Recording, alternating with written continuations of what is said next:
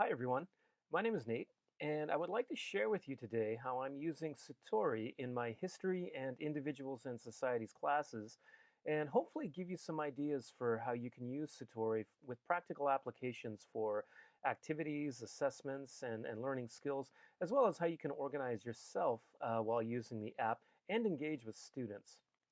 So my name is Nate Gildart. I'm based in Japan at Nagoya International School. I teach diploma program history as well as middle years program individuals and societies, kind of like social studies for those of you out of the IB program. And on the side, I am an educational technology consultant, and Sutori is one of the tools that I do present on fairly frequently. And as I said, I use practically in my own teaching practice.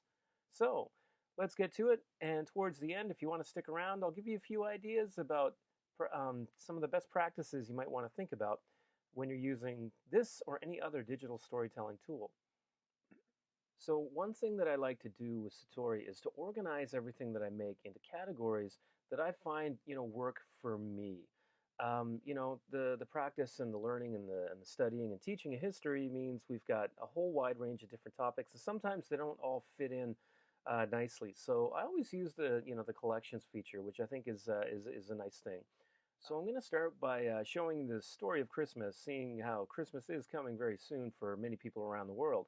Um, what I like to do is give a little bit of background context to the story that we're teaching or the history that we're doing, and I like to use the forum so that my students can kind of brainstorm a little bit and think a bit about, what is this topic? What do I know about it?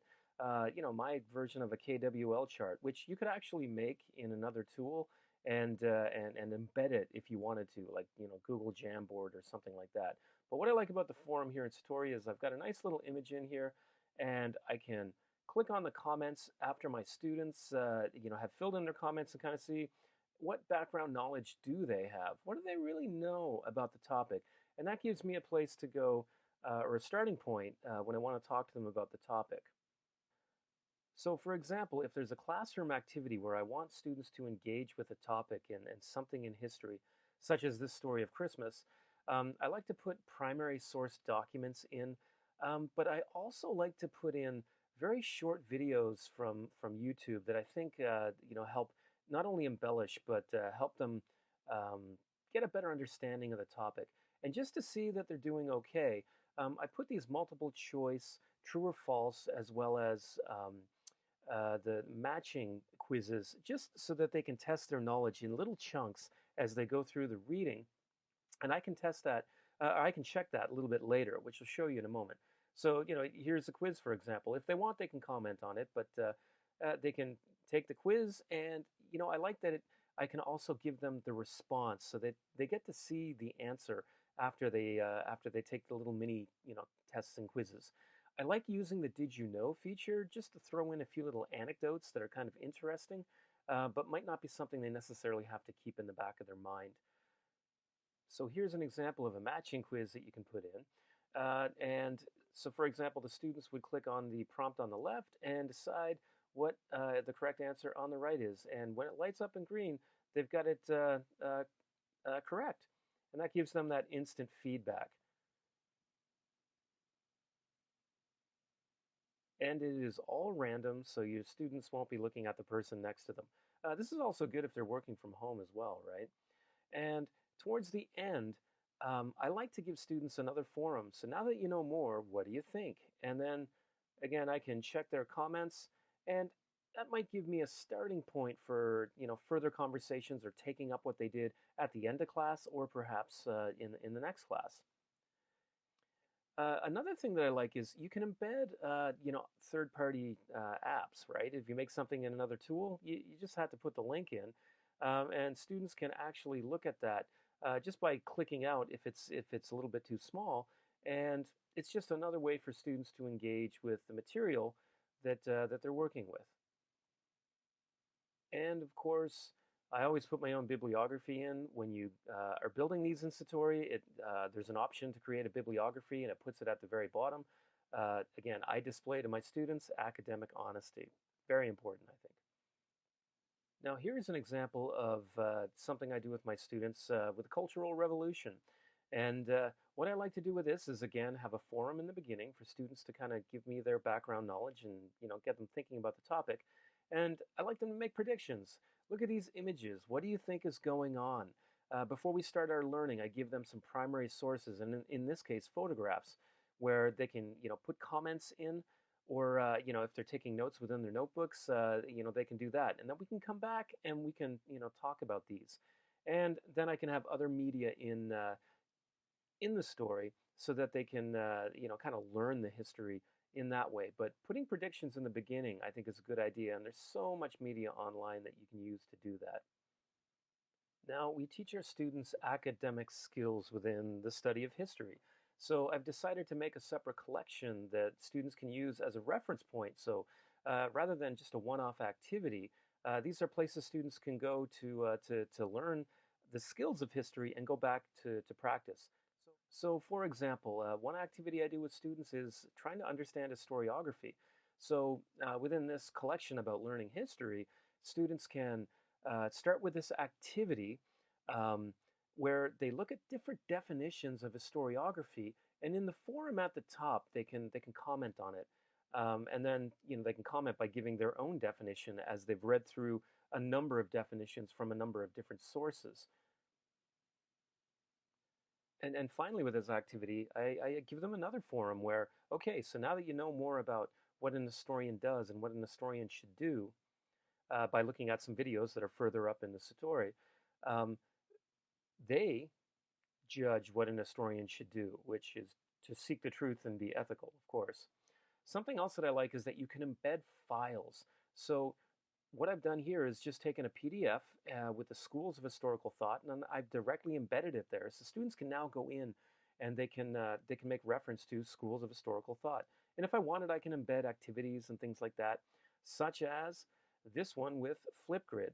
So I've embedded this Flipgrid grid, fact, myth, misconception, or lie, to get students to extend their thinking about what an historian does and challenge our understanding of what history is, and where we've actually got it wrong in the past, but everybody thinks it might be the truth.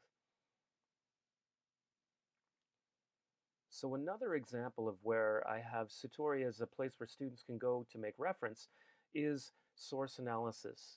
How do you find the origin, purpose, and value and limitations of a source by using the content?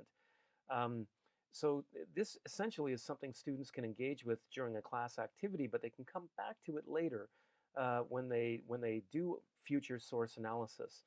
This one's under development, but in the future I'll have images and text and videos that they can use for practice through activities here in this story. Now, something else that I like to do is connect the past to the present. And what I started doing was creating a collection of, learning and understanding history that we see in the news. Now, you could extend this to be talking about how did this event in the news connect with something we're studying in the past. But the examples I have here are how we're using textbooks in our schools, on how we learn and how we teach history, things that people are talking about now in the 21st century. And you note here too that I've got audio embedded. These come directly from news websites that give audio along with the text. So students can read the text by clicking the link, and I've got my source, or they can just listen to the audio, and you can upload an MP3. Many of these you can download from the source where you saw them, and of course, if you're giving your source and linking it, then you should be fine in terms of academic honesty. And it's great for those audio learners and kids that are struggling with reading. Now, I also have resources for teaching and learning academic skills. In history and social studies, students do note taking, and it's important that they learn different methods of note taking. So here's another one where I give a little bit of background, and then they do have a couple of forums, and I've even embedded a slide deck here where students can either pop through the slides or they can expand the screen. But I've just put the methods in here as well. So it's another place where students can come and reference the reasoning and the how-to when it comes to taking notes. Now, because all topics don't really fit into a nice category, I've created a collection just called Now That's Interesting. So here's one on the Black Death, for example. It has like my other, other stories. I've got quizzes and questions and prompts and that kind of thing. But what I've decided to put now that's interesting is also a Satori called The Joy of Reading. And I do want to encourage my students to read. So, what I've done is started this series of books that students might be interested in. I'm going to expand that to include articles as well. But this is a work in progress. And so I've got it broken down to quick and easy reads where you can read by chapter, books that I have myself at home and I do enjoy, as well as other books on learning history or maybe just certain topics in history, as well as government and politics and economics, because it's really hard to separate these topics from the study of history. So I'm making this collection of books, and you notice I've embedded the titles of the book and the author, as well as the thumbnail image. I didn't link where to buy them because everyone can choose where they prefer to buy their books themselves. But this is a way for me to encourage students to read more, but in my subject area. So here's another collection that really, it's actually connected to my classes and a club. So I've just called this one the United Nations. I'm a model United Nations Club supervisor, but I use these topics in my class as well. So Sustainable Development Goals is one that students can use for reference in my classes as well as in my club. Now, the way I've set up this tutorial on sustainable development goals is actually for teachers as well. Um, so I've given links on sustainable development goals and embedded videos and things like that, but I've also put in some classroom project ideas for teachers to use. And it's also a good reference point for me, so I can go back and it's like, oh yeah, what was that idea that I wanted for teaching sustainable development goals in the class? Whether it's assessment that's formative or summative or just for a class activity, I put some ideas for teachers in there as well. So it's not only just for my students. And another example of how you can embed, other third-party tools just with a simple link is this one on the story of the 47 Ronin. Again, you see the forum at the beginning, but what I want to highlight is this thing link, 360-degree um, basically story of the 47 Ronin, where students can engage in a different way um, using 360 imagery, which is kind of cool, I think. It just adds another layer of what students can do using story. And in this same Sutori that I built, I've also put in Google Maps because I do think it's important for students to understand where in the world today that we're talking about in our class. So just with a simple click, well, copy and paste the link to the map that you get from wherever you get your map, and then students can kind of look at where we're talking about in the world, which I think is pretty cool. And it's a nice, clean little square right there that gives them a little bit more context to what we're studying. Now, something else that I like is because students have an account with Satori, is that I can view the stats and see how my students are engaging with the Satori that I've used in a class. So I've got my general stats here, but I can look at the amount of time that students may have engaged, and I can also look at where they did okay and where they might be going wrong as a group with the quizzes, and then I can use that to inform me of what I have to review or go over later. And I can see who's commenting and how many times they've commented as well with each individual Satori that I use. This is good for formative and summative assessment.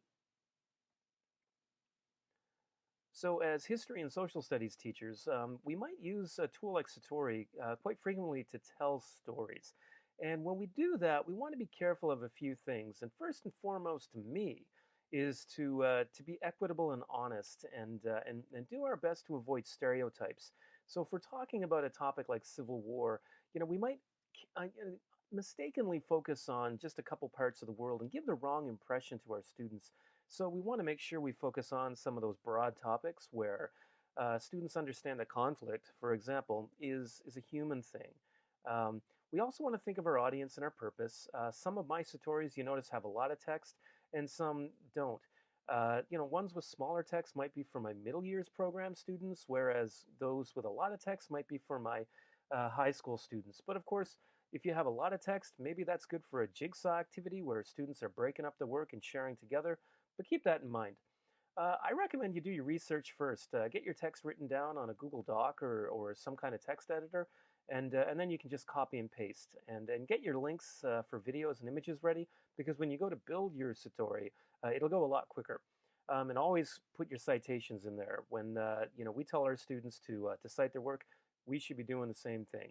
And myself, I like consistency. I always make my forums the same color, my quizzes the same color. It's that visual cue for my students. So good luck, enjoy building your Satori's. Encourage your students to build their own ones as well, so they can get that authentic audience and share their learning with other people.